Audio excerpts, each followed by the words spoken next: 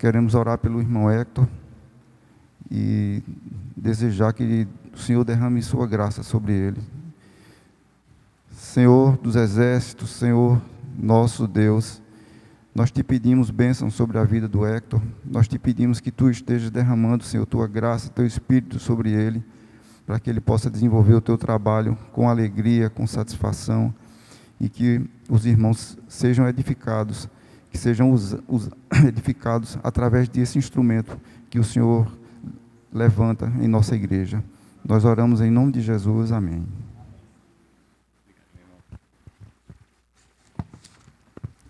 Bom dia, igreja.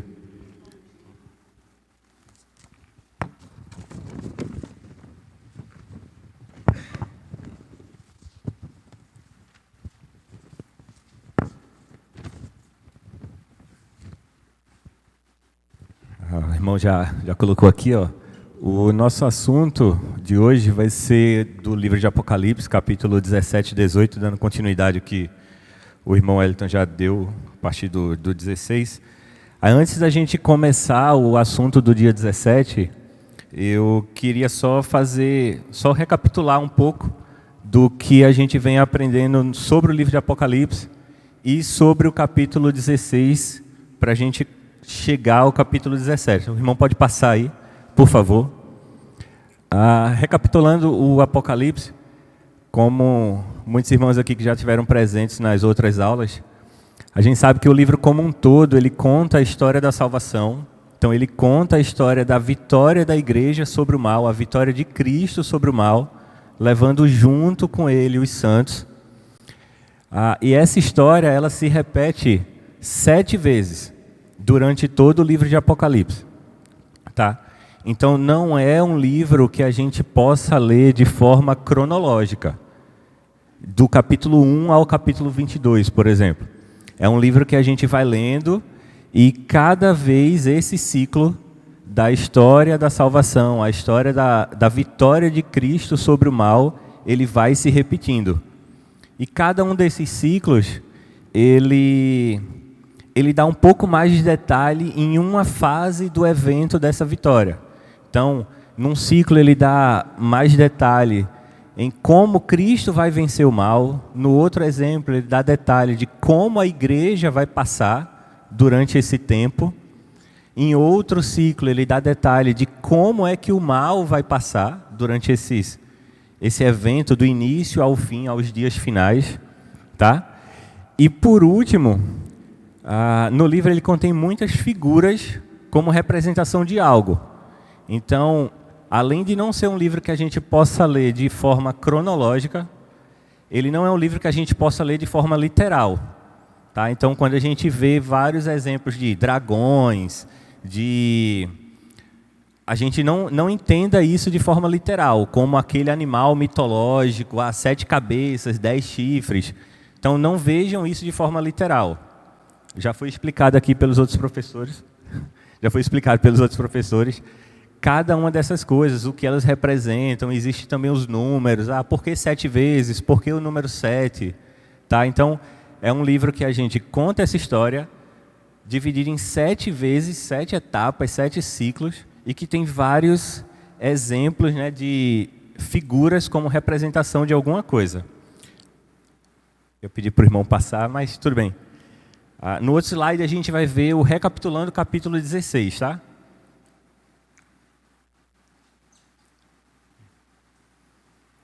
No recapitulando o capítulo 16, ele traz sobre as 7 taças da ira do Senhor. Então, nessas 7 taças, por exemplo, ele conta um desses ciclos. As 5 primeiras taças, ele fala sobre o período pré-dia do juízo final. Então, vem contando sobre o que a igreja vai passar, o que o nosso mundo vai passar de acordo com o tempo.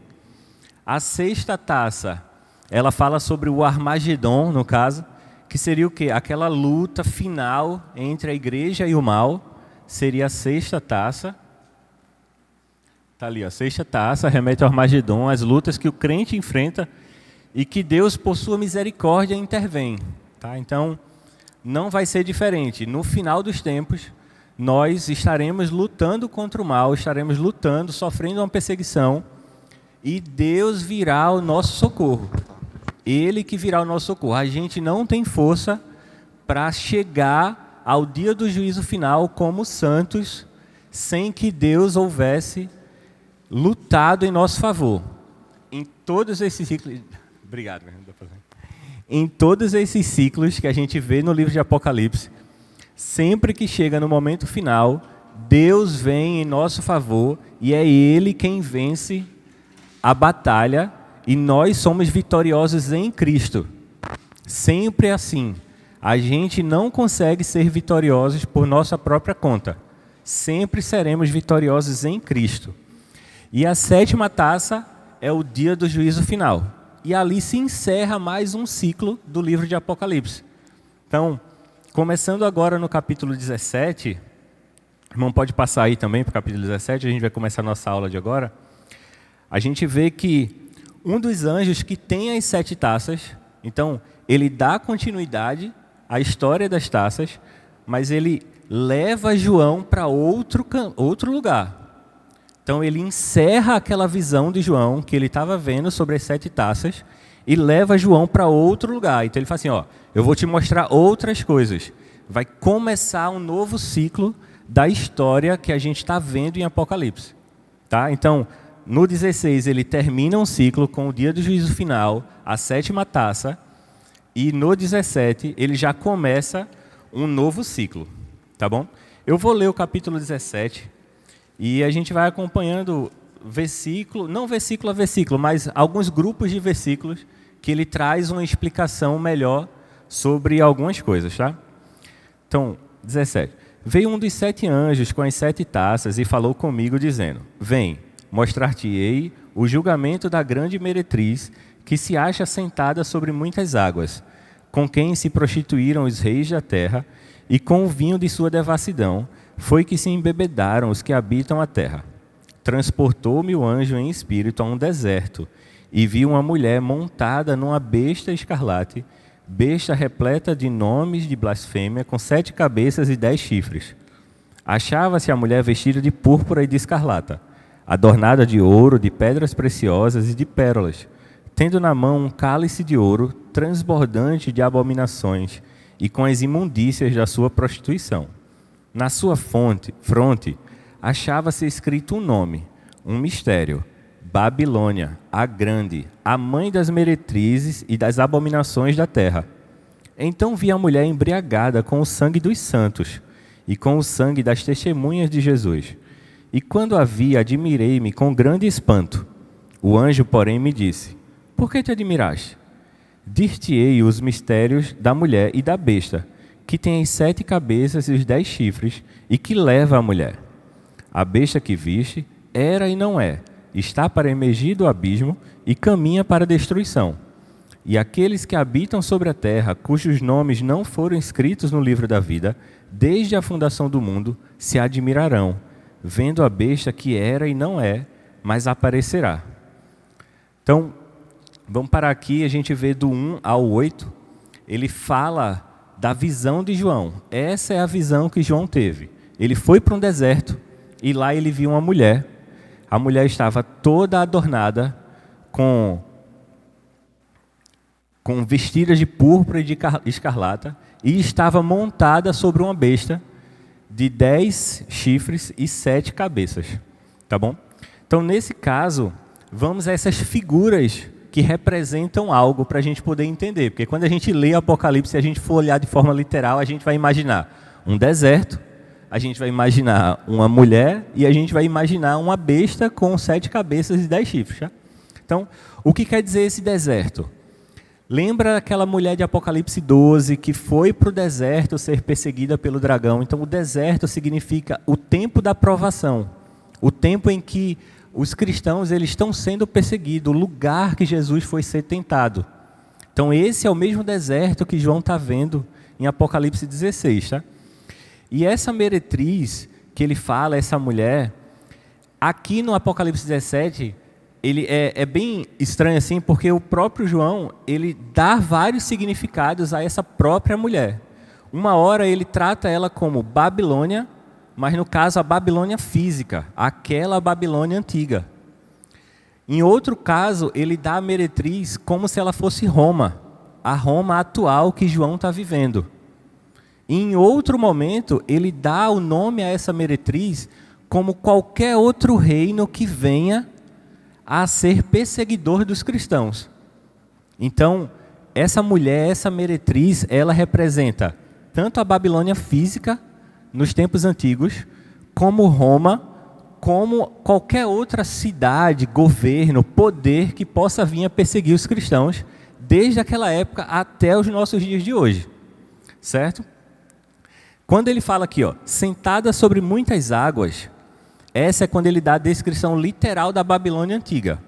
Ela tinha muitos canais, tinha muitos rios, até aqueles famosos jardins suspensos da Babilônia. Então, é como se ele dissesse, ó, essa Babilônia que vocês estão vendo, ela é referente àquela Babilônia antiga lá, que estava assentada sobre muitas águas. E lá na frente ele vai dizer que essas muitas águas são os povos, são multidões, são nações que perseguem o povo de Deus, tá? E em outro momento, ele dá a entender que é Roma, como a gente vai ver lá no 18, quando ele fala sobre os montes, quando ele fala sobre os chifres, tá? E esse nome meretriz, esse nome prostituta, que algumas versões usam, ela também foi usada em outros momentos na Bíblia para explicar aquela que seduz, que ilude exatamente o povo de Deus. Então ele usou lá em Provérbios 7:10, ele fala daquela mulher que seduz o povo, o homem, né, que vai levá-lo para sua casa e vai fazê-lo perder o caminho, tá? Lá em Provérbios 7:10. Então, esse mesmo nome, esse mesmo linguajar que ele usou para meretriz, para prostituta, ele também trouxe naquele momento, que falava que ela era usada para iludir e seduzir o povo para longe de Deus, tá? Então, apesar de ela ser representada por um ser humano, como a gente já viu lá na recapitulação, no caso uma mulher, ela pode ser classificada como uma cidade mundana, como eu já falei, como também uma situação espiritual, que é o quê? Qualquer outro poder que possa vir perseguir o povo de Deus, tá bom? Então, não vejam essa mulher como algo físico, como algo material ou como algo literal, simbólico, como uma mulher, tá? Então, Babilônia, ela representa o mundo em cada um dos seus tempos. Então, naquele tempo de João, essa Babilônia era Roma. No nosso tempo, Babilônia é aquele que persegue o cristão. Tá bom? Então, em cada um dos seus tempos. Tanto que, em um ponto que ele fala, ele diz assim, que era, que é, que não é, tá? Então, deixa eu... A gente leu aqui. Pode falar, meu irmão. Só um adendo. Essa figura da mulher, João mostra um contraste aí, porque a figura da mulher também já foi usada para representar a igreja de Cristo. Sim, no capítulo 12, né? No capítulo 12, ele mostra essa figura da mulher como representando a igreja, né? E agora faz um contraste, a figura da mulher representando a prostituta. Assim como ele faz também com relação à Babilônia, representando todo o sistema mundano, anti-Deus, anticristo, e a Nova Jerusalém, né? As duas cidades. Sim. Uma em contraste com a outra. Babilônia, Nova Jerusalém. A mulher santa, a mulher de Deus, e a mulher prostituta, o sistema do mundo. Sim, o que o irmão falou é bem pertinente para a gente não confundir, no caso, as ilustrações, porque no capítulo 12 lá ele também fala sobre outra mulher, aquela que era perseguida pelo dragão no deserto. Então ele também usou a figura de mulher, justamente para a gente não pensar de forma literal, ele também usou a figura de mulher para representar outra coisa completamente diferente. Naquele caso era a igreja, e nesse caso aqui, ele é todo o mal que persegue a igreja, né?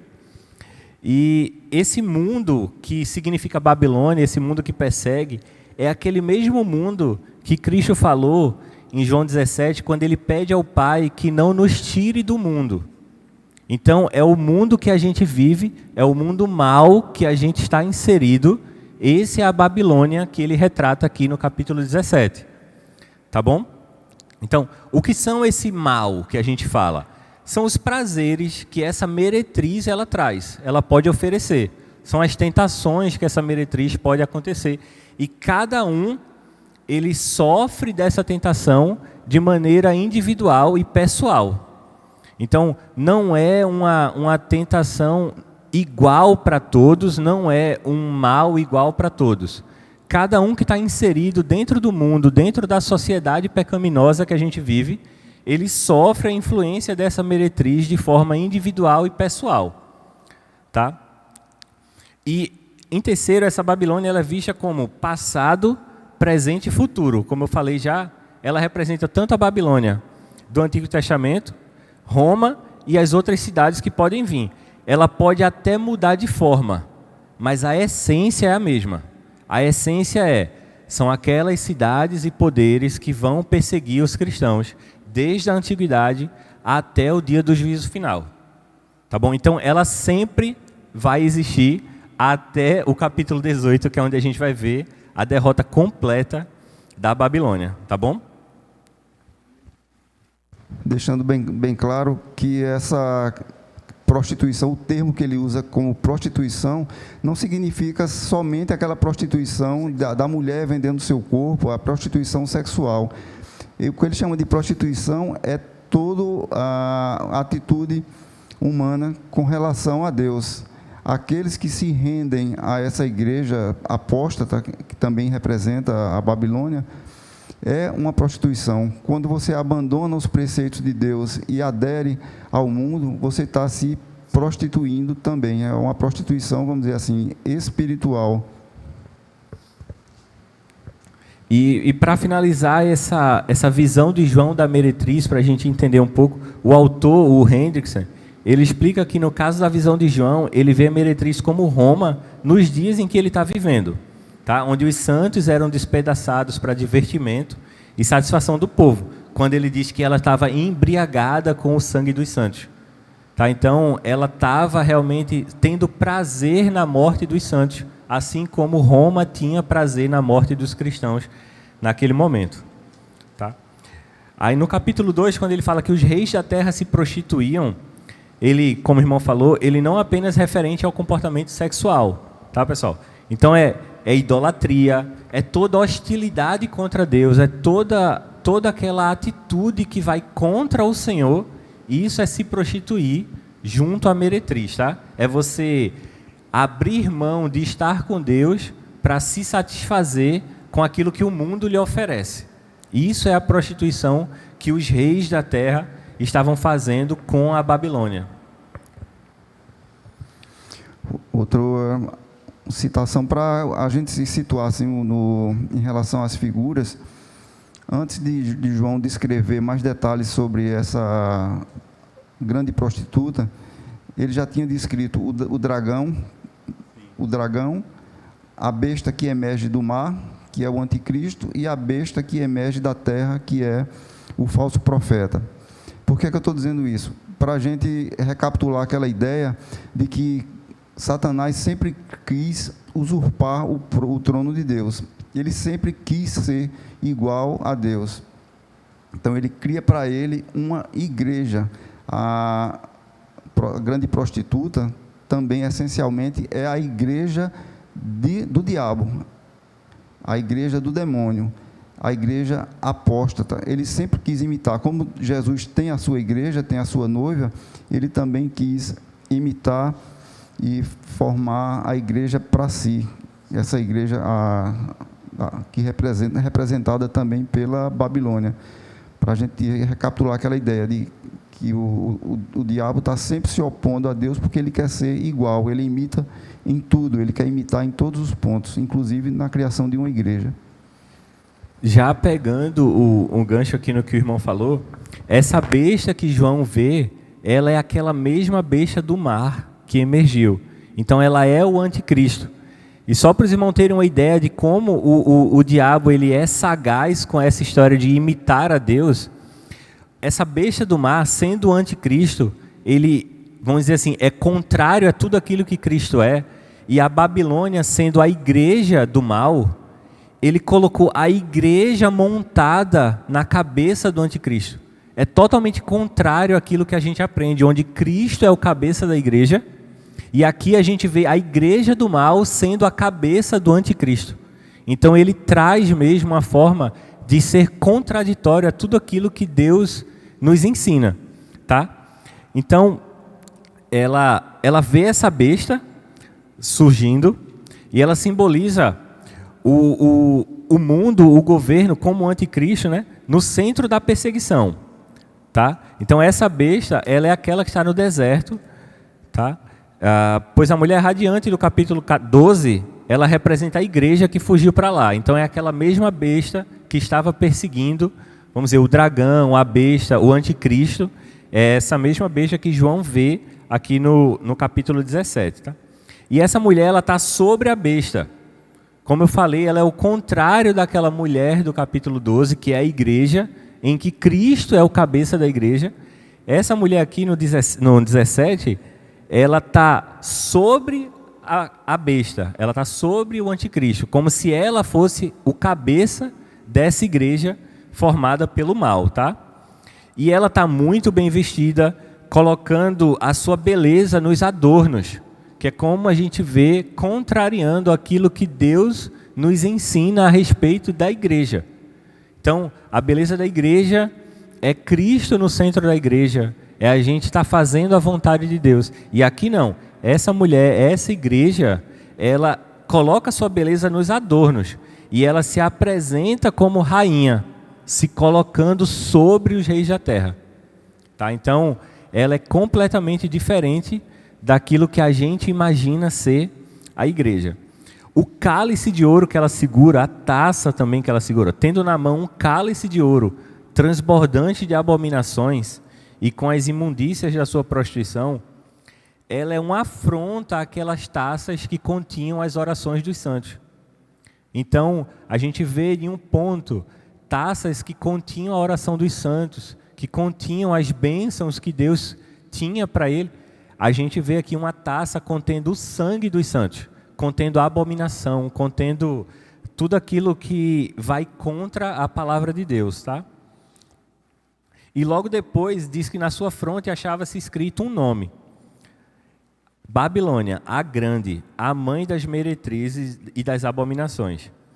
Então, aqui a gente vê que ela não se preocupa mais em esconder quem ela é. O mundo vai chegar nesse ponto em que ele não vai mais esconder. A gente vê hoje a perseguição de forma muito real em alguns países, em outros nem tanto, mas vai chegar o dia em que a Babilônia ela vai se mostrar e ela vai dizer: essa sou eu sou a meretriz, eu sou a grande Babilônia, que vou perseguir os cristãos. Então, aqui ela se apresenta como tal, tá? Então, a meretriz, a mãe das abominações da terra, tá bom? Ela assume abertamente quem é e que ela é inimiga de Deus, tá bom? João vivia na época do Império Romano, que o Império dominava, né? Existia essa prática das prostitutas romanas. Elas colocavam na testa um anteparo com o nome delas, né? Aí ele faz essa alusão, para a gente ver que João vê as coisas da sua época também. Ele faz uma analogia com as coisas que aconteciam naquela época. As prostitutas também se nominavam nos prostíbulos.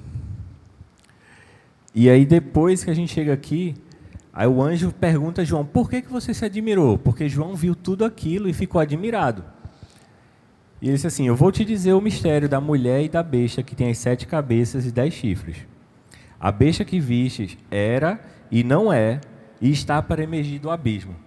Então esse era e não é que ele fala da besta, justamente contrário a Cristo, quando diz que Cristo era, é e que há de vir.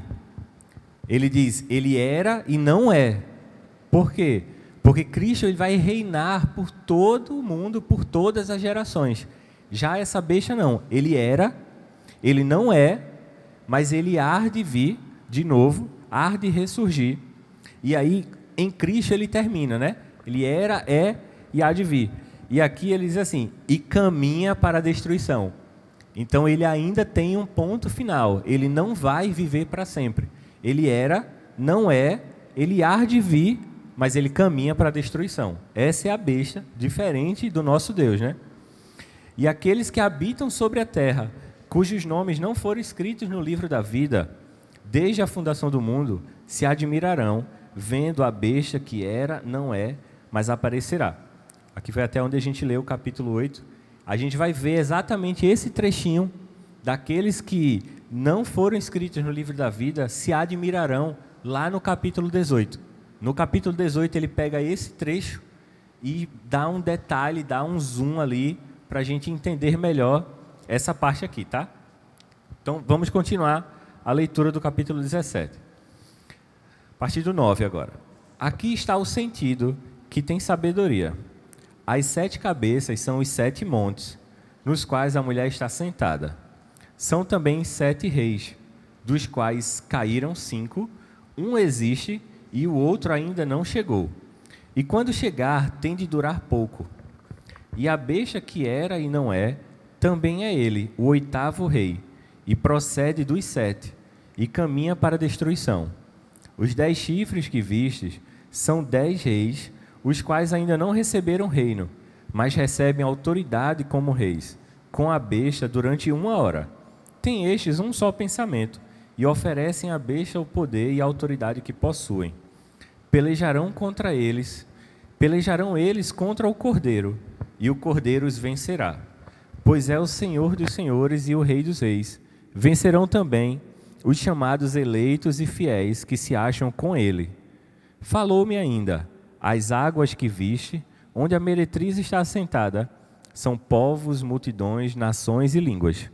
Os 10 chifres que vistes e a besta, esses odiarão a meretriz e a farão devastada e despojada, e lhe comerão as carnes, e a consumirão no fogo, porque em seu coração incutiu Deus, que realizem o seu pensamento, o executem a uma, e deem à besta o reino que possuem, até que se cumpram as palavras de Deus. A mulher que viste é a grande cidade que domina sobre os reis da terra. Então aqui é o final, né, o término do capítulo 17. A gente vê aqui o anjo, ele para e explica bem direitinho para João o que é que ele está vendo. Tá? Para João não ter nenhum tipo de dúvida, ele explica, mas ele explica como? De forma que João pudesse entender de acordo com o conhecimento que João tinha daquela época. E ainda assim ele fala de coisa futura, que ele diz assim, ó, são 5 reinos que já caíram, um é o que é agora e outro que ainda não veio. Então imagina João olhando 7 cabeças e pensando assim, 5 reinos que já caíram, um que é e um que ainda não veio. Tá bom? Então, essa é a explicação da história da besta. Quando ele diz que era, o autor, né, o Henderson, ele diz que se refere aos antigos reinos que perseguiam os cristãos. Por isso que a besta ela também trata sobre o passado. Tá? Então, ele fala sobre a antiga Babilônia, o reino de Nimrod, a Assíria, os Medo-Persas, são todos reinos que vieram e que perseguiam o cristão de acordo com a sua época. Tá?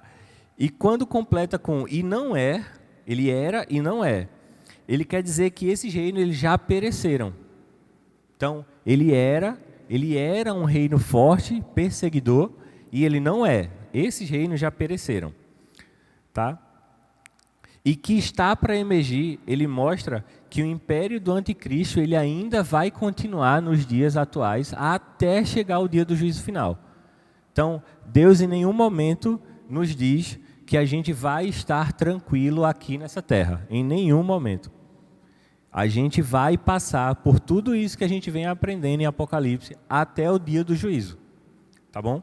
Então, o dia que a gente está vivendo hoje, a gente está vivendo hoje dias que está dentro de cada um desses ciclos, antes do juízo final. Essa é a parte do que está para emergir do abismo. Tá? Então, repetidas vezes, a besta reaparece e depois finda, até o dia do juízo final. Ela vai aparecendo como eu falei antes, ela vai mudando a sua forma, mas ela não muda a sua essência. Ela aparece da mesma maneira, perseguindo os cristãos, indo contra Deus, fazendo a verdade ser mentira, fazendo o certo ser o errado. De qualquer maneira, elas vão findar nesse propósito, querer enganar e levar o povo de Deus para longe dele. Dentro desse mesmo pensamento do irmão Hector, a gente vê a figura do anticristo e do falso profeta se repetindo ao longo da história através de ensaios, como se figuras que apontassem para esse desfecho final. Por exemplo, o anticristo, a gente sabe que é uma pessoa, ele vai encarnar toda a maldade de Satanás, ele vai usar uma pessoa para exercer um governo mundial na figura desse anticristo. Mas antes disso, desse desfecho final, ele vem levantando anticristos durante toda a história. Assim mesmo ocorre com o falso profeta, que é aquela pessoa, aquele religioso que traz falsas doutrinas, falsas teologias. Isso vai ser personificado também em uma pessoa no final dos tempos, mas o Satanás vem usando esse falso profeta, essa ideia, durante toda a história. A mesma coisa acontece com a grande prostituta. Deus vem levantando e vem permitindo igrejas apóstatas durante todo o período. A gente acabou de ver em João que onde Deus levanta uma igreja, Satanás vem e levanta uma sinagoga. Ele chamava os fariseus e os escribas de sinagoga de Satanás. Sempre aconteceu isso. Quando Deus levanta uma igreja, Satanás vem e levanta a sua sinagoga em contraste. Aí para a gente ver que essa história, ela tem uma coerência, né? Todas essas figuras que o dragão, que representa Satanás, levanta, ele tem agido durante toda a história. Satanás nunca deixou de agir, só vai deixar de agir no final, quando vai ser derrotado de uma forma definitiva, como dizem Tessalonicenses, com um sopro de Jesus, né? Outra coisa que eu queria chamar a atenção era para a suntuosidade dessa igreja, né? Ele fala de uma mulher vestida de escarlate, que é um tecido muito caro, um tecido vistoso, com o copo na mão. O copo era de ouro, mas o que era que tinha dentro do copo? Abominações. Isso nos chama a atenção para a gente verificar as aparências de algumas coisas, de algumas igrejas, de algumas doutrinas que parecem ser de ouro, mas quando a gente penetrar na essência da coisa, a gente vai ver que de fato só tem abominações. E essa semana eu estava escutando no rádio um louvor, e quando infelizmente terminou o louvor e começou uma daquelas chamadas lá da igreja falando sobre signos. A igreja de Deus, que se proclama igreja de Deus, igreja cristã, falando sobre signos, querendo justificar que algumas pessoas definir personalidade de pessoas de acordo com o signo. Eu não vou dizer que fiquei surpreso, porque eu já não me surpreendo nada com relação a essa determinada igreja, que eu não quero citar nominalmente, mas é para só a gente ter uma ideia, servir como exemplo, de que às vezes a coisa é suntuosa, aparentemente perfeita, mas é bom a gente ficar atento para a essência da coisa. Obrigado, meu irmão. Então, o que o irmão falou, mas a gente prestar atenção de como essa meretriz, essa Babilônia, ela vai tentar enganar o povo.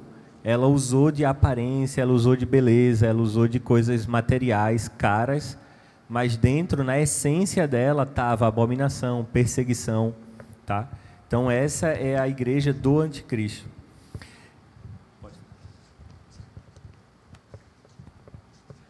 Bom dia a todos. Na verdade, quando você falava aí a respeito dessa igreja, né? Eu me lembrava aqui de que hoje, qual é essa igreja hoje, a característica, né? Eu comecei a pensar aqui que, na verdade, quando a mulher ela está sendo a cabeça ali, né? Representando a cabeça, como se ela estivesse dirigindo, né? A igreja. E aí eu comecei a me lembrar que hoje em dia tem muitas denominações que elas estão ali justamente para oferecer aquilo que as pessoas querem ouvir, para oferecer o que o homem está buscando, que é só as bênçãos, bênçãos, bênçãos, mas não, né, realmente Jesus mesmo, né, a essência do Evangelho, né, e que aí nesse sentido é o homem se satisfazendo, né. Eu estou aqui porque nessa comunidade, porque eu me sinto bem, porque eu tive isso, tive aquilo, ganhei isso, ganhei aquilo, eu tenho poder, eu posso falar e as pessoas vão me ouvir, eu estou aqui aparecendo, eu estou aqui no Ministério de Louvor aqui dessa comunidade porque eu tenho aqui um momento que eu sou o popstar, né, da questão. Então, assim, é o homem se satisfazendo, né, e não buscando. Eu comecei a me lembrar dessa analogia. Tá ótimo. Obrigado, minha irmã. Isso aí que a irmã Débora falou, a gente vai ver muito no capítulo 18, justamente aquele trechinho que eu falei que a gente ia dar um zoom aqui, quando ele diz que aqueles que não foram escritos no livro da vida se admirarão. Vocês vão ver no 18 que eles vão lamentar a morte da besta, da meretriz, mas não é pelo arrependimento. Eles vão lamentar justamente porque eles não vão mais se servir com essas coisas, entendeu? Eles vão ficar assim, poxa, ela morreu, eu não vou mais poder comprar ouro, prata, madeiras boas com essa pessoa. Então eles não estão arrependidos daquilo que ela fazia. Eles só estão lamentando pelo fato de não poder mais desfrutar daquilo que era oferecido a eles. Esse é o ímpio, né, no caso. No 9, continuando aqui, que o anjo traz a explicação para João sobre as 7 cabeças e os 10 chifres, para a gente ver aquela representação de algo, né? Só aqui ele dá 2 explicações sobre as 7 cabeças para João. Então, quando ele fala que as 7 cabeças são 7 montes nos quais a mulher está sentada, João, na hora, ele já percebe que ele falava sobre Roma e os 7 montes que existiam em Roma naquele momento. Só que o anjo ele não queria dar essa explicação somente de que as 7 cabeças eram Roma. Assim como ele já falou que era a Babilônia, por conta dos rios e tal, ele falou que era Roma, ele também disse assim, e as 7 cabeças são reinos. Tá? Então ele fala, são 7 montes nos quais a mulher está sentada. São também 7 reis. Então, só tem 7 cabeças. Ele deu o nome de 7 montes e ele disse assim, ó, também tem outra explicação. São 7 reis, dos quais 5 caíram, um existe e o outro ainda não chegou. Tá? Então, esses reis, lá em Daniel, ele prova claramente que não são reis pessoa, não é aquele homem que era um rei. Né? No caso, esses reis que ele fala são reinos, tá? Que o anjo fala para João. E os 5 que já caíram, a gente já comentou da outra vez, ela é a antiga Babilônia, é a Síria, é a nova Babilônia, os Medo-Persas e o Greco-Macedônio. São os 5 grandes reinos que perseguiram muitos cristãos naquela época antiga. Tá? Um existe, esse que existe é o significado das 7 cabeças dos montes, é Roma. Esse ainda existe. No tempo de João, Roma era esse reino que perseguia os cristãos. É o atual reino da época. E o 7º é justamente os reinos que ainda virão.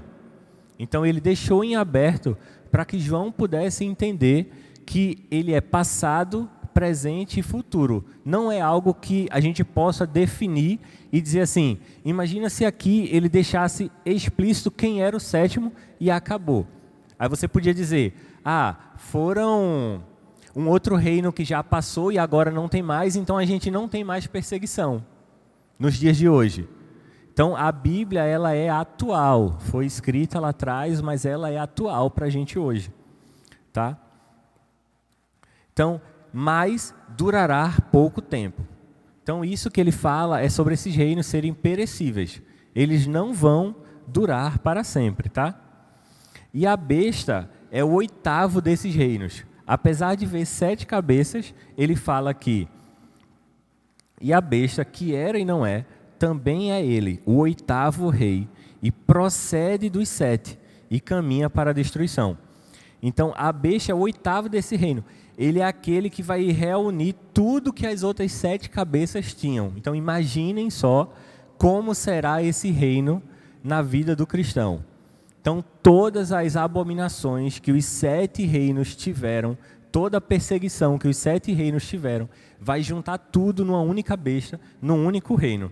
Tá? E aí ele dá um consolo, que é, e caminha para a destruição. Tá bom?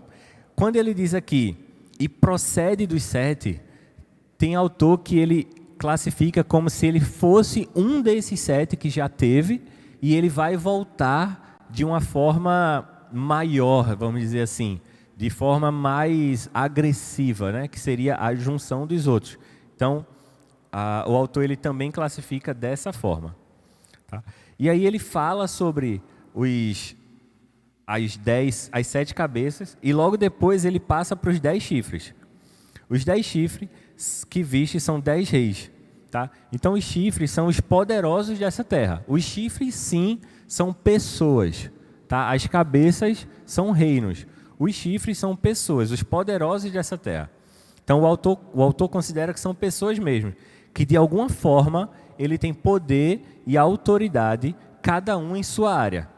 Pode ser um político, pode ser um artista, pode ser alguém que tem autoridade na educação, um pesquisador, um empresário. Então, alguém que tem autoridade, que tenha poder para influenciar. Esses são os 10 chifres. Tá? E eles se juntarão à besta com um único propósito, que está aqui. Ó. Tem estes um só pensamento, e oferecem à besta o poder e a autoridade que possuem. Pelejarão eles contra o cordeiro, e o cordeiro vencerá.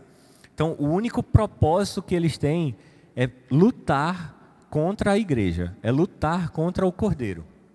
Então, eles se juntam a essa besta, a esse reino, né, que vai estar... Essa besta, quando ele fala aqui dos chifres, já é o 8º reino.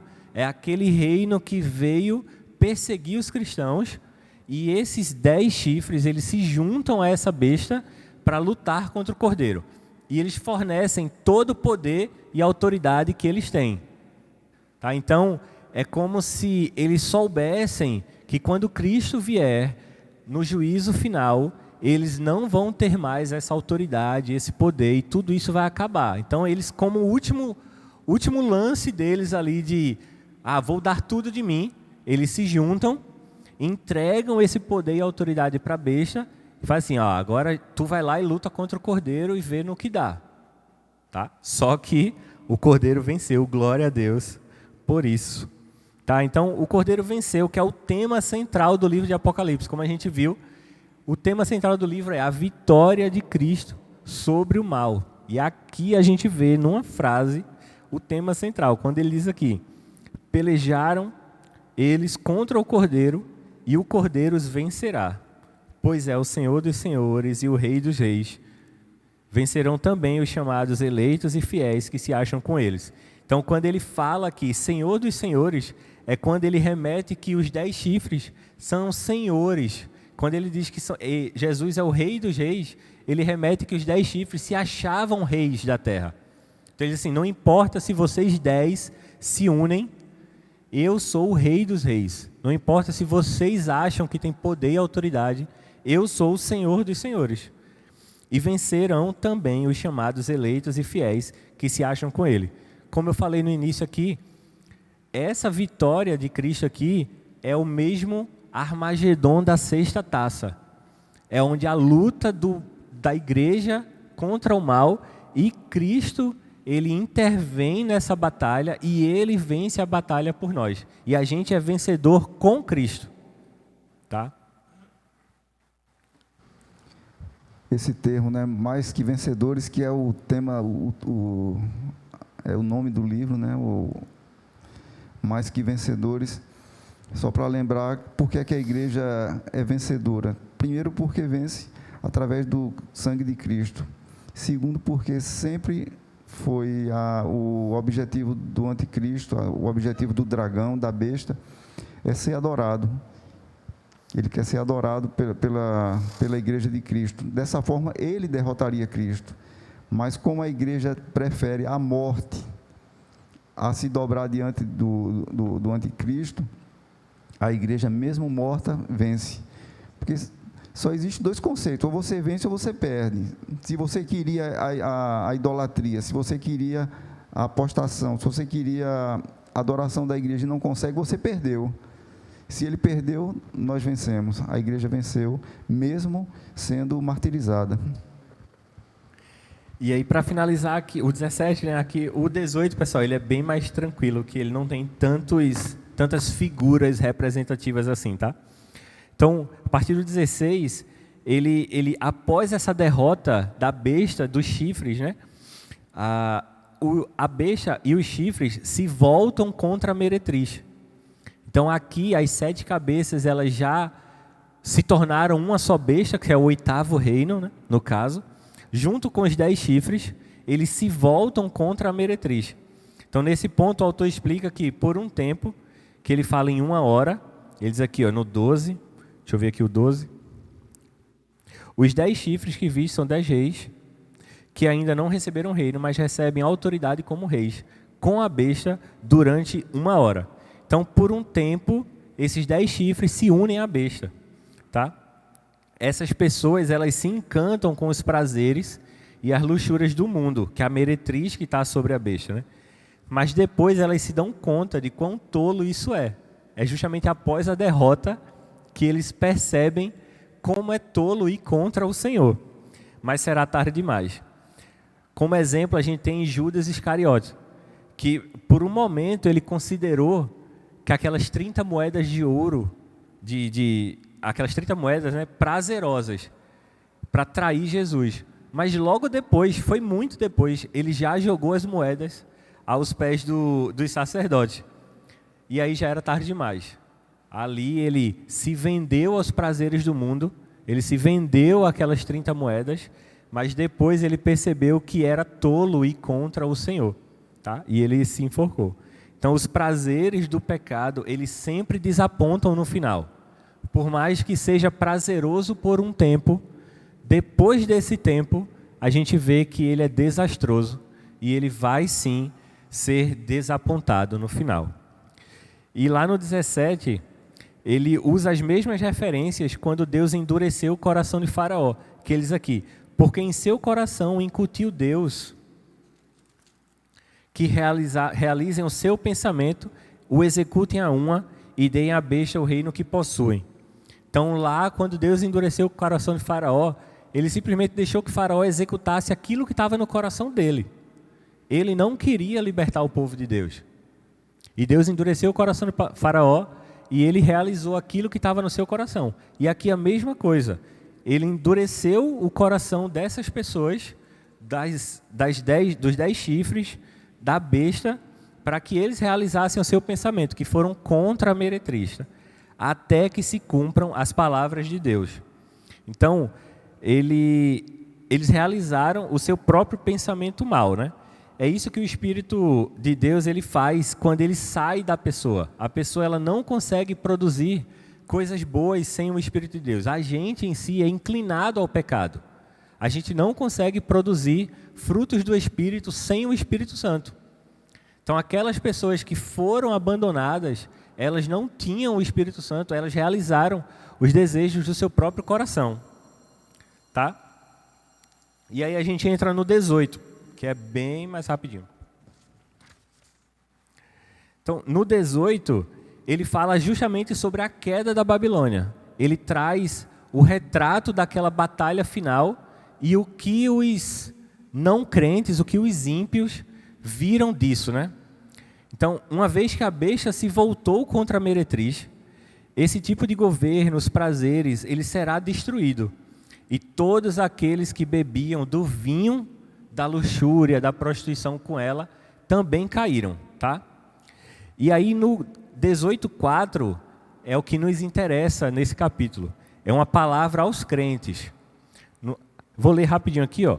Ouvi outra voz do céu dizendo: retirai-vos dela, povo meu, para não serdes cúmplice em seus pecados e para não participardes dos flagelos, porque os seus pecados se acumularam até o céu e Deus se lembrou dos atos iníquos que ela praticou. Então, aqui, João escuta e dá o recado à igreja. como a gente já viu, a Babilônia se apresenta em cada época. Então esse recado é para a gente hoje. Ele diz assim, ó, povo meu, retirai-vos dela. É aquele afastai-vos do mal, que a gente vê em outros versículos da Bíblia. Então, para aqueles que pensam que podem estar dentro da Babilônia, aqueles que acham que, eu não estou me envolvendo com isso, mas também não sou contra. Deus diz aqui, ó, para não participar, não serdes cúmplices em seus pecados e para não participardes dos seus flagelos. Tá? Então, não fiquem dentro da Babilônia. Essa questão de estar participando desse tipo de reino, desse tipo de governo perseguidor, Deus diz para a gente se afastar deles. Tá? É uma admoestação para que o povo se retire dela. Significa não ter comunhão com os pecados, não cair nas armadilhas e ilusões e as tentações que esse mundo oferece. Essa citação, historicamente, levou a um erro de interpretação pela Igreja Romana. Muita gente interpretou isso como se afastar do mundo e foram criados os monastérios. Né? Os monges se afastavam, ficavam totalmente isolados da civilização. O que João quer dizer não é isso. Ele quer dizer para nós que Deus nos salva não do mundo, mas Ele nos salva no mundo. O que ele está querendo dizer é que a gente não deve ser complacente, não deve ser cúmplice, como Paulo afirma também, a gente não deve se conformar ao mundo. Esse é o recado. Não que a gente deva se afastar geograficamente ou se afastar das pessoas, a gente deve conviver com elas, mas não fazer parte desse sistema. Outra mensagem bem significativa que eu percebo é no versículo 5, que diz assim: porque os seus pecados se acumularam até o céu, e Deus se lembrou das iniquidades dela, das pessoas. Às vezes, a gente tem essa inclinação a pensar assim, puxa vida, a gente vendo a prosperidade do ímpio, do iníquo, a gente fica pensando, será que Deus está, de certa forma, deixando para lá, está esquecendo um pouquinho dos pecados? Esse versículo nos mostra que não, que Deus vai lembrar desses pecados, vai lembrar dessas atitudes dos ímpios no momento certo, que esses pecados não passarão impunes. Por mais que a gente pense que as pessoas vão se safrar, vamos dizer assim, dessa situação, mas o verso 5 está nos lembrando que não, que em determinado momento todo pecado, toda iniquidade terá seu preço. O que o irmão falou do capítulo 4 sobre a admoestação de Deus para os cristãos é justamente aquele versículo que a gente também já tratou, que é: peço ao Senhor que não os tire do mundo, mas que os livre do mal. Então essa é a demonstração de Deus para os crentes aqui no nosso tempo. Não é para a gente sair do mundo e ir para o monastério, feito o irmão disse, mas é a gente não partilhar dos pecados do mundo, não ter comunhão. E o 18:5 que o irmão também falou, é que Deus não se esquece dos atos iníquos. Lá em Apocalipse 6:10, tem aquela abertura do 5º selo, e aí os santos perguntam: até quando o Senhor não vai julgar os ímpios? Até quando o Senhor? E eles assim: tenham calma, vai chegar o dia em que eu hei de julgá-los. E esse dia chegou aqui. Tá? Eles assim, ó, Deus se lembrou dos atos iníquos que ela praticou, dá-lhe em retribuição como também ela retribuiu. Então aquele até quando chegou o dia em que os santos se juntaram e os santos foram mortos, que ele diz: ainda faltam santos se juntarem. Então é quando a Babilônia realmente perseguir e matar os cristãos e os seus pecados se acumularem até os céus, esse é o dia que o Senhor separou para julgar os atos dos ímpios. Tá? E a partir do 9 até o 20, que é quase o final do 18, é o lamento daqueles irmãos, os ímpios, quando eles olham a Babilônia ser destruída e eles ficam se lamentando simplesmente pelo fato de não poder mais desfrutar dos prazeres que a Babilônia oferecia para eles. Tá? Então, eles são os ímpios que vivem sua vida como se esse mundo aqui fosse tudo para eles. Quando eles veem o mundo sendo destruído, eles olham a fumaça e eles se desesperam. Eles acham que aquilo era tudo que eles tinham. diferente da gente, né? Tanto que toda a lista de material que eles falam são tesouros terrenos. Eu não vou ler não, mas ele fala assim, é linho, é púrpura, é marfim, é bronze, é ferro. Eles falam a lista de material que eles estão preocupados, que eles não vão mais poder comercializar, e são todos materiais terrenos, todos materiais que perecem, tá? Até mesmo os escravos e almas humanas que eles falam aqui, eles também são classificados como material terreno, porque naquela época a escravidão reinava e eles tratavam o ser humano e as almas como mercadorias consumíveis. Tá? Então, tudo isso que eles se lamentam é pelo simples fato de não poder mais desfrutar daquilo que eles tinham no mundo, né? E quando isso acontecer, o mundo do não crente vem abaixo. Ele simplesmente não sabe mais o que fazer. Tá? E eles não têm onde se apoiar. E aí, lá no final, ele vem uma mensagem de conforto para a gente. Enquanto os ímpios estão se lamentando, estão desesperados com a queda da Babilônia, o 20, ele diz assim, exultai sobre ela, ó céus e vós santos, apóstolos e profetas, porque Deus contra ela julgou a vossa causa. Então, é sobre a derrota da Babilônia que a gente vai exultar e vai louvar e engrandecer o nome do Senhor. Então, a gente vê o ímpio desesperado e eles assim, vós santos, exultai sobre ela, porque hoje Deus julgou a vossa causa. Tá? Então, os santos são convidados a se alegrar, porque Deus respondeu aquela petição lá do capítulo 6:10, tá? Do até quando o Senhor não vai julgar. Deus julgou e eles assim, alegrai-vos, porque Deus julgou a vossa causa. E os 3 versículos finais, os 4 finais, ele termina de novo mostrando o juízo final, onde Deus diz que a Babilônia nunca mais será achada. Essa parte aqui é justamente quando ela vai deixar de completar, de voltar a aparecer. É aquele caminho para a destruição. Então, o reino que persegue os cristãos será definitivamente destruído. E a gente vai viver, sim, um reino de glória com o Senhor. Tá? Então, aquele ciclo que sempre ressurgia, uma nova Babilônia em cada tempo de perseguição e morte aos cristãos, ele vai chegar ao fim no dia em que o Senhor decretar o juízo final. Amém?